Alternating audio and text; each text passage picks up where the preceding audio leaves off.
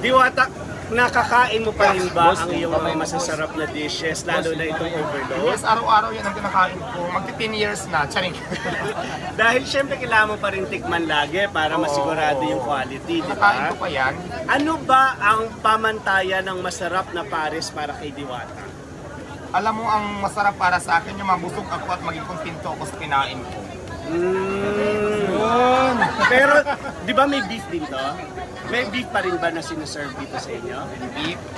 Mayroon beef pero pares ano na yon. Ang tawag ko doon pares buto-buto or pares bulalo. So ayan yung beef ko kasi dati yung beef pares ko, pinalitan ko nitong lechon pares in the rice ko kasi walang masyadong bumibili. So dito siya mas marami kaya dati yung beef pares ko, yung talagang tinda ko at saka yung beef mami. Kaya lang, simula nung nagtinda ko ng binago ko yung menu ko, yung Diwata Pares Overload, ginawa kong lechon kawali at saka chicharong bulaklak. Doon siya nag-boom. Boom talaga. Kaya may beef pa rin ako pero ginawa ko naman siya pares bulalo. Mas maraming laman. Okay, so ganito gagawin ko dito, sasabawan ko to. Normally, binubuhos to dito, di ba? Nakahiwalay talaga siya, nakabuhos talaga yan kasi pares tayo. Tapos lalagyan ko ng garlic.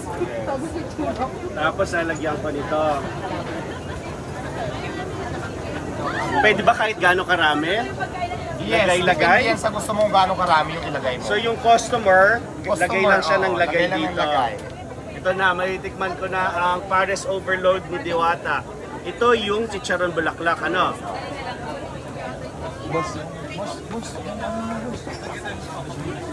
Hello ho? Naiinggit na po ba kayo sa akin? Kumain na ho ba kayo?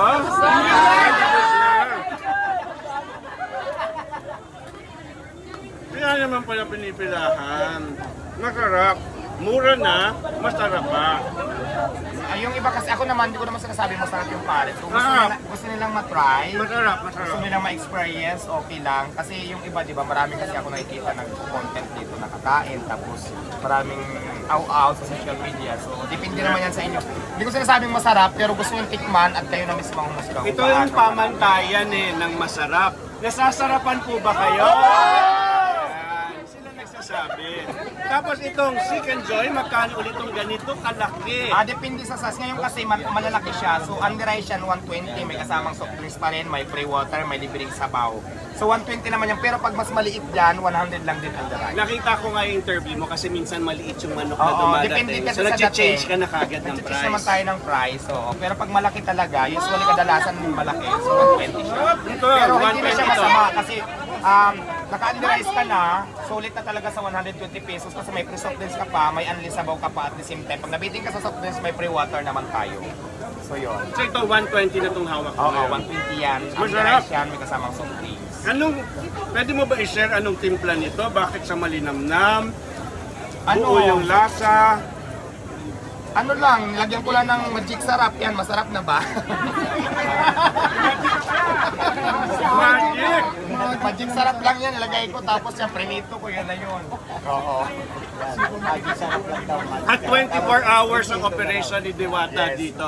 24 hours. May shifting lang tayo ng dalawa. May night shift sa day shift sa mga tao.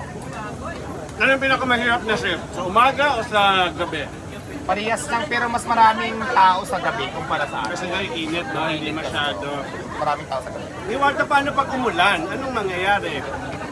Ano, mga waterproof naman daw yung mga kumakain dito kayo problema sa ulan. Pero hindi, may mga tent naman tayo pero nagpaplano ako kung papagandahin ko ba, bububungan ko ba siya. Kaya lang syempre, di ba pinapisto lang tayo dito.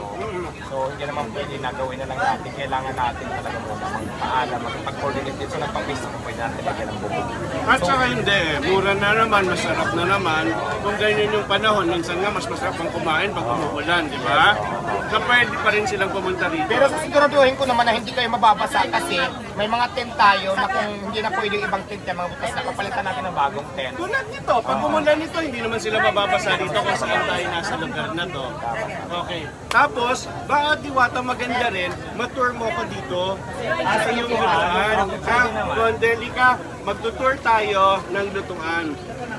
Habang nagsiset up sila, Sa inyo, lang kasi pupunta kami. Ayos. Ano lang naman, kung ano-ano lang, creation lang namin yan eh. Nilagyan ko lang mga kuning-kuning. Ayaw ko sabihin sikreto ko, bulong ko na lang sa'yo mamaya. Baka mamaya alam mo naman, Mamaya gayahin nila, Gayahin, diba? oo.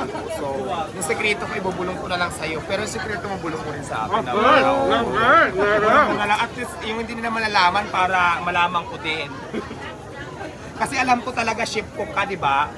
Ay, chef ka, di ba? So, ngayon, bulong mo rin sa akin yung sekreto mo para mas lalong sumara. No, baka nga magkatulungan tayo kung Huwag may mo mga sabihin tips dito pa. sa live kasi baka gayahin pa nila, maunahan pa. Sige, mga tips pwede tayo mag-share ng mga ganyan. Okay, sige. Nakakailang chicken inasal ka sa isang araw sa 24-hour na shift? Hindi ko mabilang, nakailang ihaw ka Kilo. ba? 30 manok o 30 kilo? 30 kilos na chicken na inasal. Okay. Tapos, yung mga bati, ano mo rin doon? Okay. Tapos, ito ko naman niluluto yung Ito yung ano. Ano siya, electric ano? Okay. Dati kasi kawakawali lang tayo, kaya na sobrang dami din ng... Mas consistent na to eh. Kaya talagang nag-provide talaga ako ng talagang prituan ng chicken. Para hindi din mahirapan yung tigaluto. Ang ganda. Si Jollibee nanginginig na. Kinakabahan na. Dito naman natin niluluto yung ating mga sabaw dito. Okay. Kanin dito ay kuya. Kanin, sabaw. So ito lang siya. Tapos yung mga lechon kawali at chicharon bulaklak. Hindi ko na siya ipapakita kasi medyo ano doon. Dito yun. Dito yan sa side. So itong mga division na to, pinagawa mo na to? Nagawa ko na to kasi di ba dati sa kalsada lang Yes. tayo, binabas yung lutuan natin, wala daw sa lugar. So dito naman magpisto na kaya talaga nag-import ako para gawin yung kitchen natin. Importante. Lahat alam ko, 3 kami nito ay 4 eh. May mga Sino ang maghahawak? Hello, volunteer!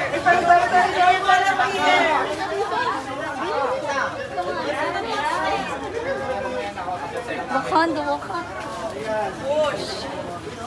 Ako din, parang nalimutan ko na nga ito na rin. Pero nilalaro ko ng isa na bata. Isot nyo po. Isot nyo po.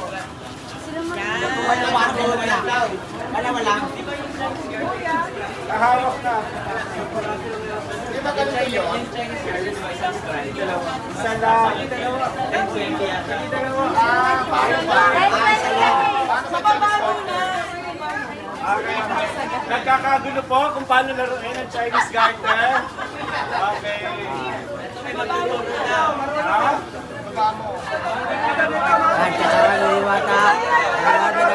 Sa amin, pakita mo sa amin.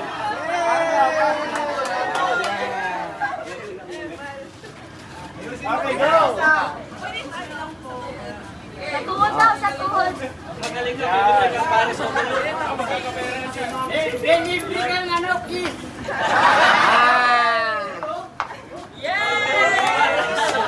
Napakadali lang pala. Wala out ka na. Dapat kasi may ganito pa to eh. Dati sa amin.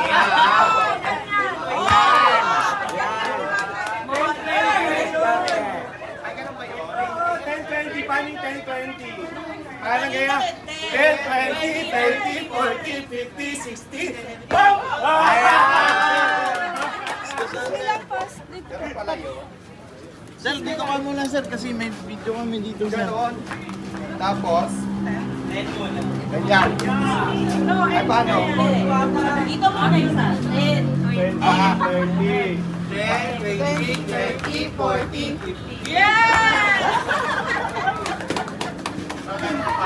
Okay, tumbang preso naman. Tumbang preso naman. Tumbang preso.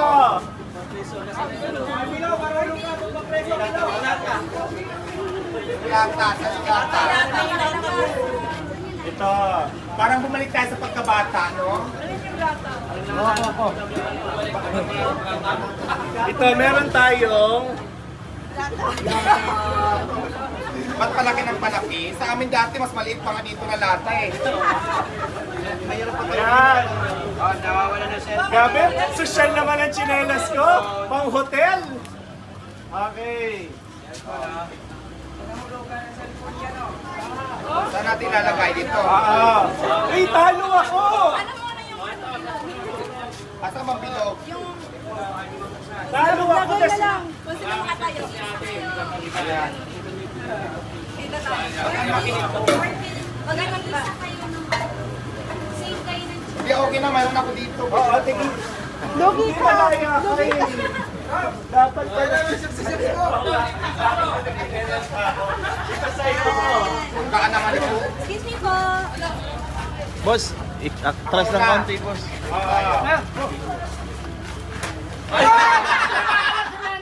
Alam mo, hindi yan makakatumba. Gaan.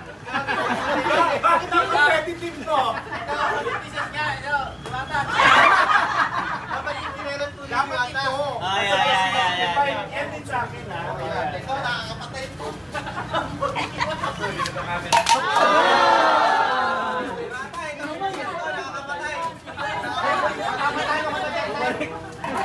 Kaya?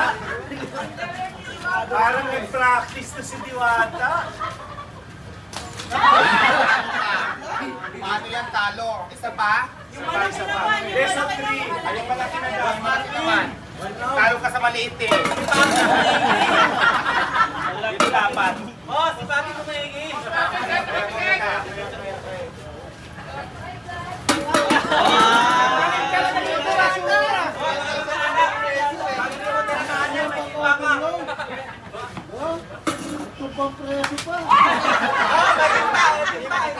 Sabay.